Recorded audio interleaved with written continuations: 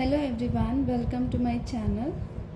In the previous video, I have discussed about what is cell, types of organism, unicellular, multicellular and discovery of cell.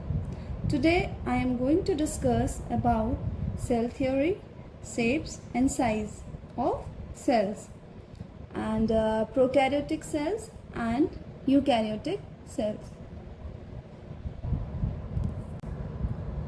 So we are going to discuss about cell theory, shapes and size of cells, and the third one is prokaryotic cell and eukaryotic cell.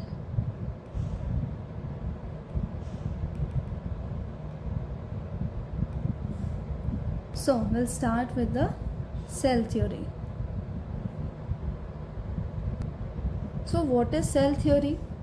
Cell theory says that all the plants and animals are composed of cells and the cell is the basic unit of life. So who has given the cell theory? The scientists, two scientists were there, the Sheldon and the Swan. They both have given the cell theory. Sheldon and Swan.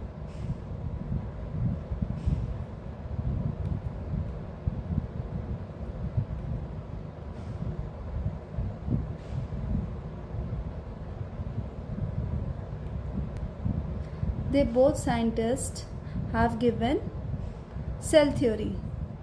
इन दोनों scientist ने cell theory दिया था. शिल्डन जो थे वो कहाँ के scientist थे? He was German scientist. वो जर्मनी के थे और उन्हें जर्मन बोटानिस्ट भी कहते हैं. He was German botanist. He was from Germany.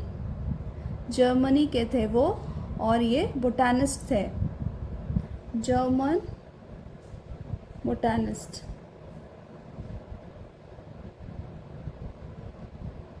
In the year 1938, he was German botanist. In the year 1938, he was given the cell theory. ये किन पे किए थे? ये प्लांट सेल पे. इन्होंने बोला था कि plant cells are made up of different types of cells. अब है ये स्वान. ये कहाँ के थे? ये ब्रिटेन के. ये ब्रिटेन के थे. He was a British zoologist. British zoologist. I hope you know what is zoologist.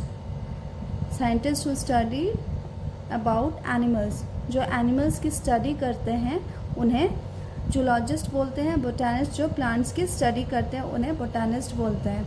इन्होंने 1939 में सेल थ्योरी दी थी. इन दोनों ने मिलके सेल थ्योरी दिया था. क्या सेल थ्योरी दिया था? कि all the organisms are made up of cell. ये पहली सेल थ्योरी है इन्होंने दी थी. और स्वान ने क्या? जितने भी सेल्स हैं वो एक थिन मेम्ब्रेन से कवर्ड होते हैं. जितने भी सेल्स हैं वो एक थिन मेम्ब्रेन की बनी होती है. जितने भी सेल्स जो है वो कवर्ड होते हैं एक थिन मेम्ब्रेन से. उसे उन्होंने बोला था प्लाज्मा मेम्ब्रेन.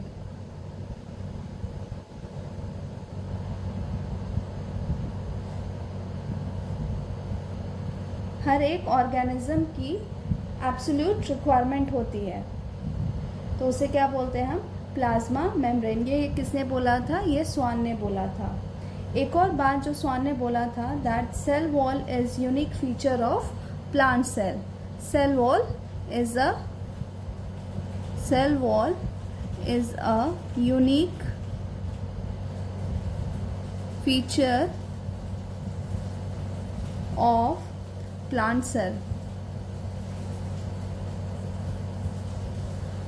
प्लांट सेल में क्या होता है? प्लांट सेल में क्या होता है? There is a outermost covering that is called cell wall. Plant की जो आउटर मोस्ट कवरिंग होती है उसे क्या बोलते हैं?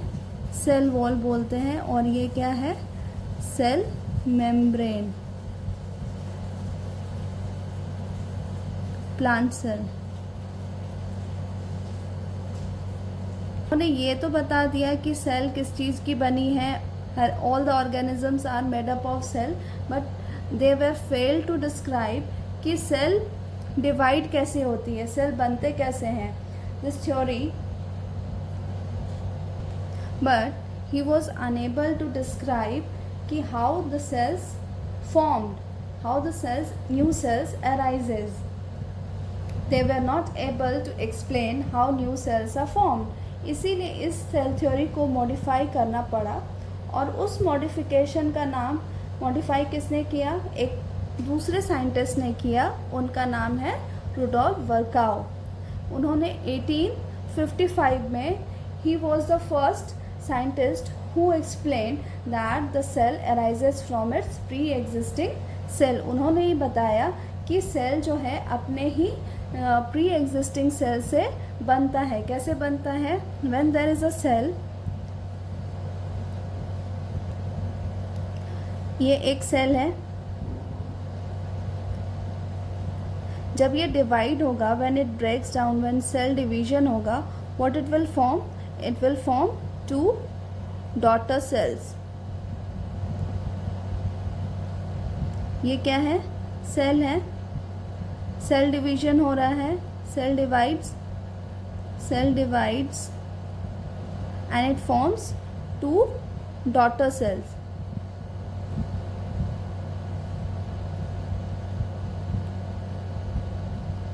ये किन्होंने बताया था, ये बताया था रुडोल्फ वर्काउ ने।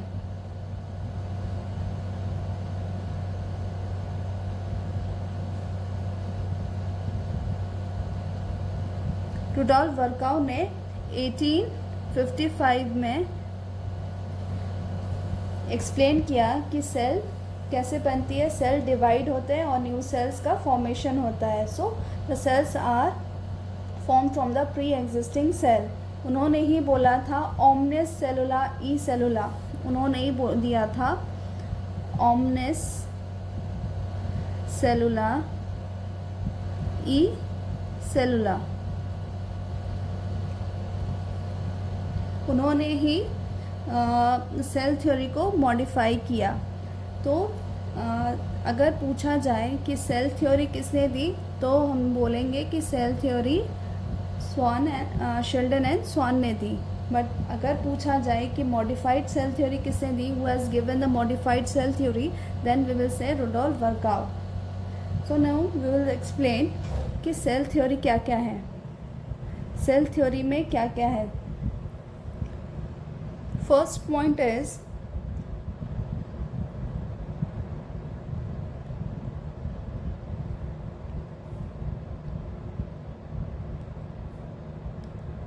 point is all living organism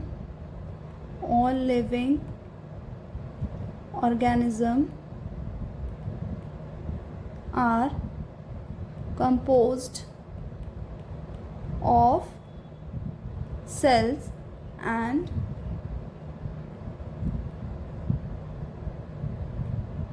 product of cells.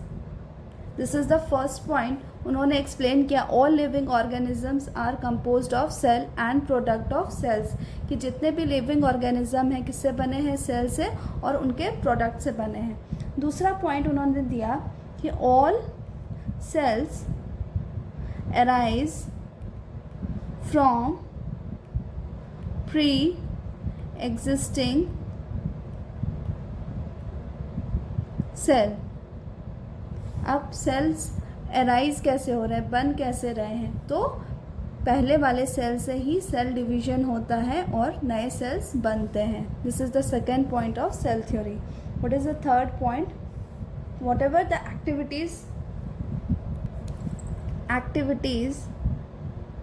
activities of an organism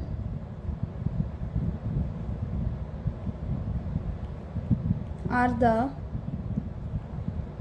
outcome of sum total of activities and interaction of its constituent cells। इसका मतलब क्या है कि जितनी भी जो एक्टिविटीज़ ऑर्गेनिज्म में हो रही है, व्हाट काइंड ऑफ एक्टिविटीज़, कि सेल्स जो काम कर रहे हैं वो कैसे कर रहे हैं, एक दूसरे की मदद से, means a group of cells are working together and forming, they are doing the activities. Will study, आगे क्या पढ़ेंगे हम लोग, types of cells. Types of cells, कितने टाइप्स होते हैं सेल के, टाइप्स ऑफ सेल्स पढ़ेंगे। टाइप्स ऑफ सेल्स, कितने टाइप्स होते हैं, there are 2 types of cells. First one is prokaryotic cell,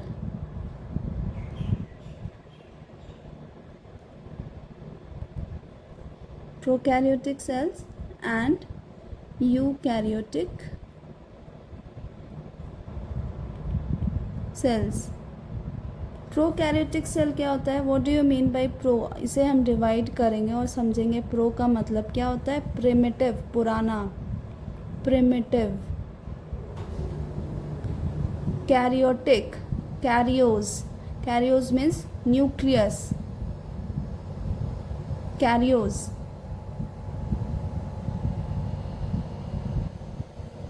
carrion, क्या बोलेंगे इसे, ये प्रिमिटिव सेल है, और बिफोर, प्रो मीन्स बिफोर और प्रिमिटिव। यहाँ तक समझ में आया, कैरियोस, न्यूक्लियस। और यू का मतलब क्या होता है, eu means true, true. Karyon का मतलब क्या हुआ, न्यूक्लियस, ट्रू न्यूक्लियस। पहले हम लोग प्रोकैरियोटिक पढ़ लेंगे, उसके बाद यूकैरियोटिक डिस्कस करेंगे। प्रोकैरियोटिक में, prokaryotic is very primitive, cell में न्यूक्लियस अच्छे से डेवलप नहीं होते हैं, न्यूक्लियस वेल डिफाइंड नहीं होता है। कहने का मतलब, वी हैव ऑलरेडी स्टडी, हमने पढ़ा है कि एक सेल होता है, ये मान लो हमने एनिमल सेल ले लिया, ये न्यूक्लियस है, तो ये क्या हो गया, सेल में क्या होता है, 3 मेन कंपोनेंट्स होते हैं सेल के। पहला ये क्या है, सेल मेम्ब्रेन, सेल मेम्ब्रेन है। ये क्या है, ये जो है, ये क्या है,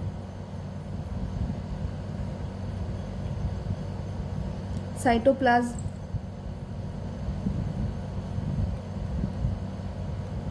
अगर ये बात करूँ मैं, ये क्या है मिडल में, ये क्या है, न्यूक्लियस है। तो वी कैन सी कि न्यूक्लियस वेल डिफाइंड है, न्यूक्लियस क्या है, वेल डिफाइंड है, सेपरेट है, किससे, साइटोप्लाज्म में वो सेपरेट कर रहा है, वेल डिफाइंड है न्यूक्लियस। अगर प्लांट सेल की बात करें तो प्लांट सेल में क्या क्या होते हैं, अगर मान लो ये प्लांट सेल है, तो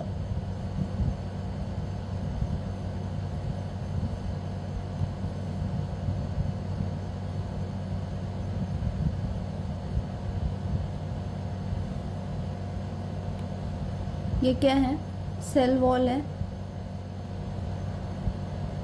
सेल मेम्ब्रेन,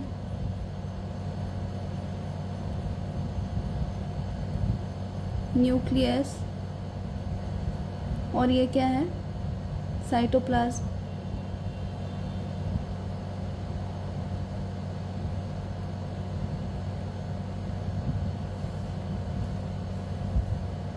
तो इसमें सेल वॉल प्रेजेंट होता है, सेल मेम्ब्रेन है, न्यूक्लियस है, साइटोप्लाज्म है। एनिमल सेल और प्लांट सेल में क्या डिफरेंस है, ये डिफरेंस है कि सेल वॉल प्रेजेंट होता है एनिमल सेल में, प्लांट सेल में सेल वॉल प्रेजेंट नहीं होते हैं। तो हम लोग क्या बात कर रहे थे, प्रोकैरियोटिक सेल। तो प्रोकैरियोटिक सेल कैसे होते हैं, प्रोकैरियोटिक सेल्स में न्यूक्लियस क्या है, वेल डिफाइंड न्यूक्लियस नहीं होता है। इसमें जो ये मान लो ये सेल है, प्रोकैरियोटिक सेल मैं बना रही हूँ, इसमें न्यूक्लियस क्या है, वेल डिफाइंड नहीं है। इसकी जो जेनेटिक मटेरियल है ये प्रेजेंट होती है साइटोप्लाज्म में। It is scattered in the cytoplasm. इसकी कोई डेफिनेट शेप नहीं होती है। जो जेनेटिक मटेरियल है ये फ्लोट करते रहते हैं साइटोप्लाज्म में। I hope it is clear. तो इसीलिए हम लोग कह रहे हैं कि प्रोकैरियोटिक सेल में न्यूक्लियस वेल डिफाइंड नहीं होती है, वेल डेवलप्ड नहीं होती है। सो फॉर एग्ज़ाम्पल, तो प्रोकैरियोटिक सेल में कौन से ऑर्गेनिज्म आते हैं? Example, if you take example of prokaryotic cell, so in this bacteria will come. Example क्या है? Bacteria.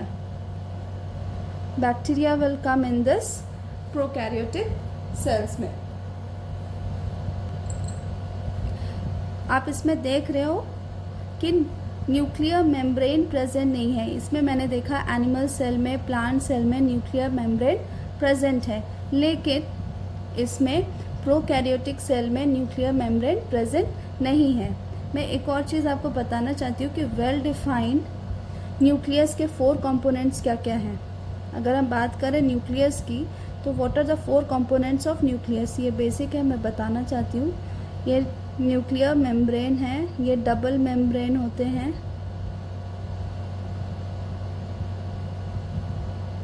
these are the pores, nuclear pore,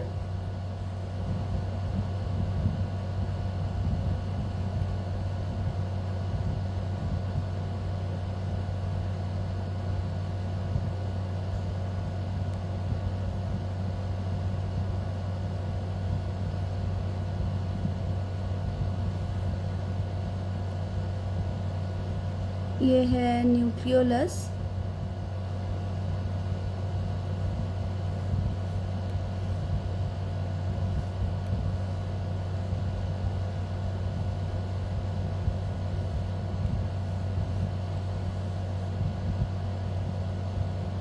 इसमें genetic material, chromatin fibre. So ये क्या है? These are the nuclear envelope.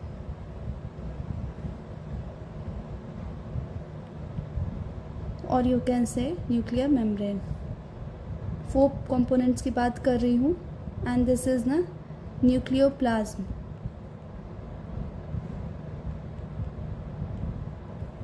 ये क्या है? Nucleolus. ये क्या है? Nuclear pore. And what is this?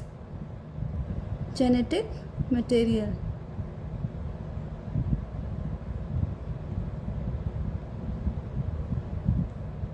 और क्रोमैटिन फाइबर।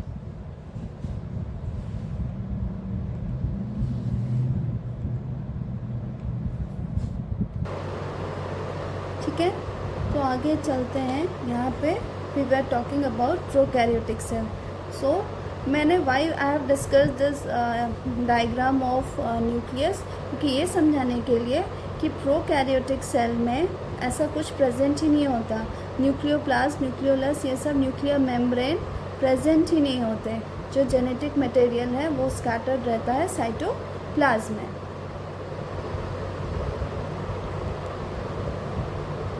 यूकैरियोटिक सेल, जैसा मैंने बताया, eu means true, karyotes means nucleus. इसमें ट्रू न्यूक्लियस प्रेजेंट होता है, means all this things will be present in the eukaryotic cells. अब यूकैरियोटिक सेल्स में कौन कौन से सेल्स होंगे? Except bacteria, all the cells will be present in the eukaryotic cell. जैसे प्लांट सेल, एनिमल सेल, जितने भी ऑर्गेनिजम्स हैं वो किससे बने होंगे? यूकैरियोटिक सेल से। Now I am going to discuss कि what is the difference between eukaryotic cell and what is similar between eukaryotic and prokaryotic cells। तो फर्स्ट सिमिलैरिटी क्या है वो देखते हैं। कॉमन क्या है दोनों में? कॉमन इज, पहला क्या कॉमन है? प्लाज्मा मेम्ब्रेन सेल्स में प्रेजेंट होंगे। Plasma membrane is present. दूसरा क्या कॉमन है? राइबोसोम्स। Ribosomes are present. तीसरा क्या है? Cytoplasm.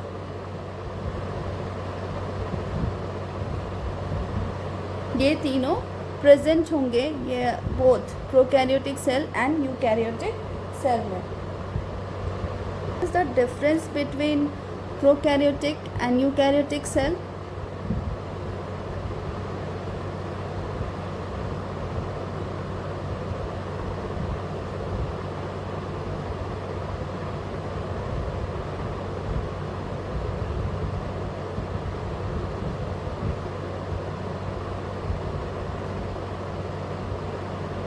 Prokaryotic and eukaryotic?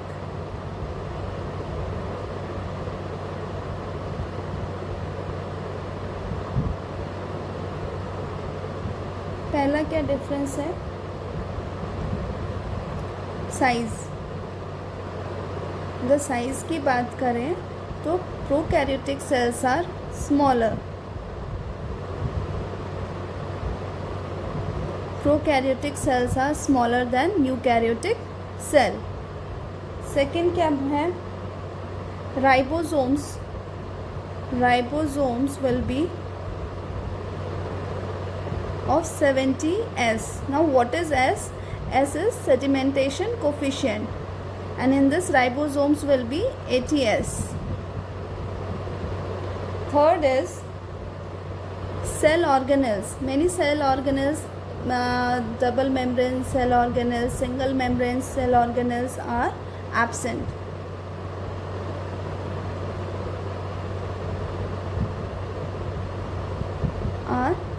Absent.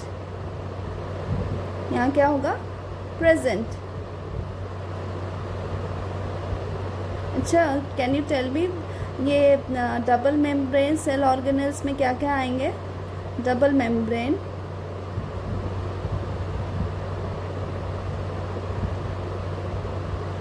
Organelles में mitochondria,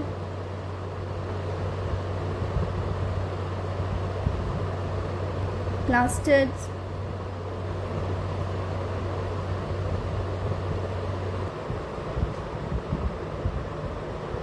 now let's talk about the size of cell. See, the size of the cell vary according, ये vary क्यों करता है? It has to perform different kind of functions. इनके functions के according cell का size vary होता है। Example, जैसे कि इफ़ आई बैक्टीरिया की बात करूँ, the size of the bacteria that is the smallest bacteria, size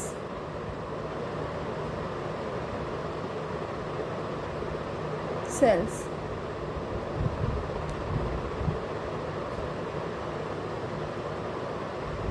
Mycoplasma, example, first is the smallest cell. Mycoplasma,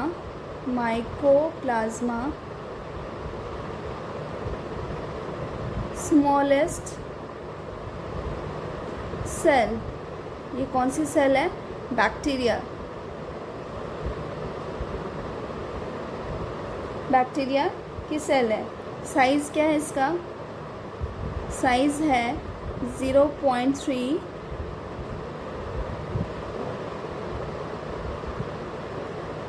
the largest cell की बात करें, लार्जेस्ट सेल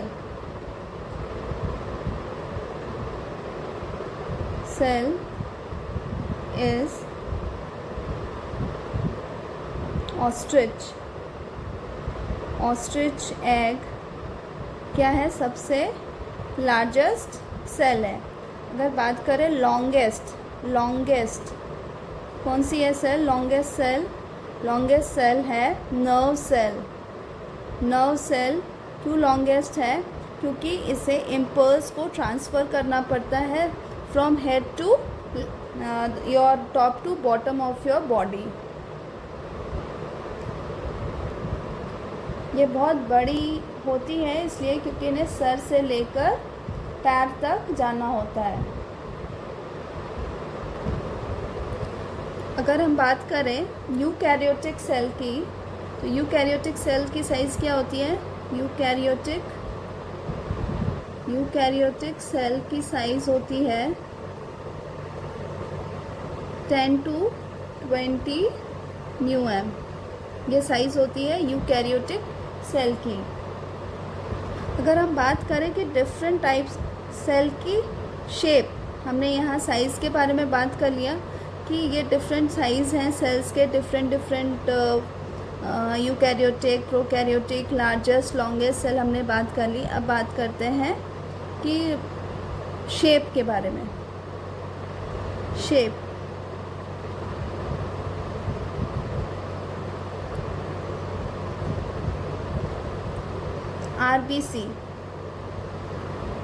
आरबीसी की जो सेल होती है वो कैसी होती है? Round and biconcave.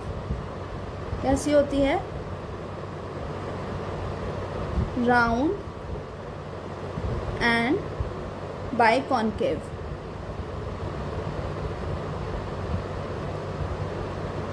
Now WBC की कैसी होती है? Amoeboid shape. एमीबॉइड शेप क्यों कह रहे हैं हम लोग? इर्रेगुलर कोई शेप नहीं है, इर्रेगुलर शेप की होती है डब्ल्यूबीसी। नर्व सेल कैसी होती है? नर्व सेल कैसी होती है? नर्व सेल, इसका structure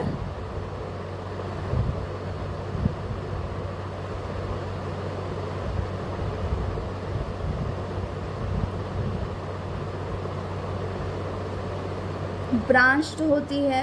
it is branched and irregular, branched and long, branched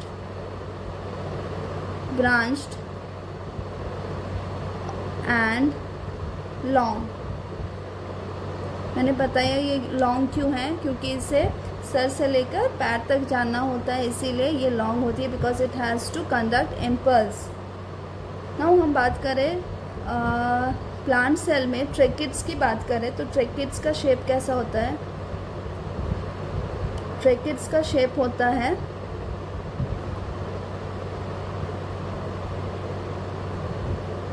tracheids कैसा होता है? समथिंग ऐसा होता है, tapering at the end, tapering at the end, elongated shape का होता है, इलोंगेटेड होता है because it has to conduct water. अगर और भी सेल्स की बात करें तो स्पिंडल शेप के होते हैं मसल सेल, फिर कॉलमनर एपिथेलियम। कॉलमनर एपिथेलियम कैसा होता है? ऐसा एक बेस बना होता है एंड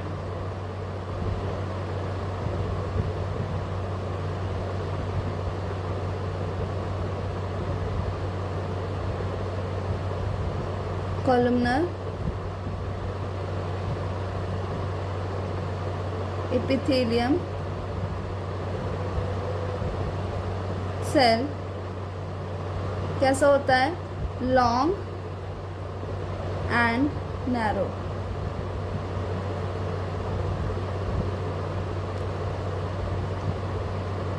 जिस तरीके की सेल जहाँ पे प्रेजेंट होती है उसके हिसाब से उसका शेप होता है, क्योंकि उसी के हिसाब से इसे फंक्शन परफॉर्म करना होता है। That's why the cell have different shapes and size because it has to perform different kind of functions. I hope यहाँ तक आपको समझ में आया हो। If you will have any doubt you can ask me through the comments. Thank you. To one correction, यहाँ पे year 1938 मैंने बता दिया, यहाँ 18 होगा, 1838।